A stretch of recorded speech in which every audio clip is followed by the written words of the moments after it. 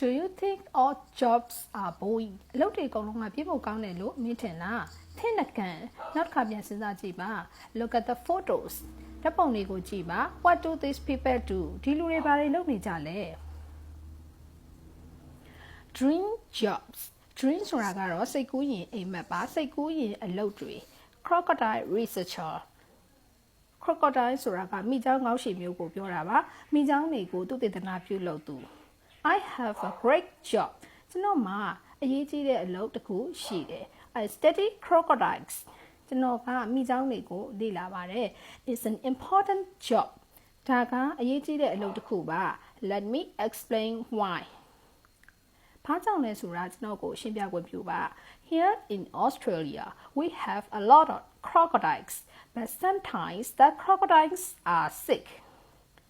Australia မှာဆိုရင်မိချောင်းတွေအများကြီးရှိတယ်ဒါပေမဲ့တစ်ခါတည်းမှာမိချောင်းတွေက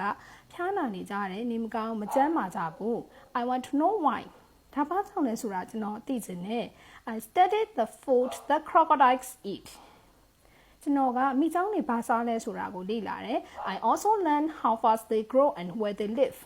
ကျွန်တော်ကသူတို့ဘလို့မြန်မြန်ကြီးထွားလာတယ်ပြီးတော့ဘယ်နေရာတွေမှာနေကြတယ်ဆိုတာကိုလည်းသိယူပါတယ် How do I do this ကျွန်တော်ဘလို့လေ့လာလဲ Well in the morning I take my camera and I watch the crocodiles in the river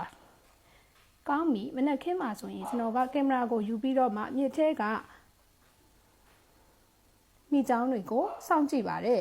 I take photos ကျွန်တော်ဓာတ်ပုံတွေရိုက်တယ် Sometimes the crocodiles eat toads တစ်ခါတည်းမှာမိချောင်းတွေကဖပြုတ်တွေကိုစားတယ် Some toads make them sick and they die တချို့ဖပြုတ်တွေကသူတို့ကိုနေမကောင်းဖြစ်စေပြီးတေးတောင်မှသေစေနိုင်တယ် I want to help the crocodiles ကျွန်တော်မိချောင်းတွေကိုကူညီပေးချင်ပါတယ်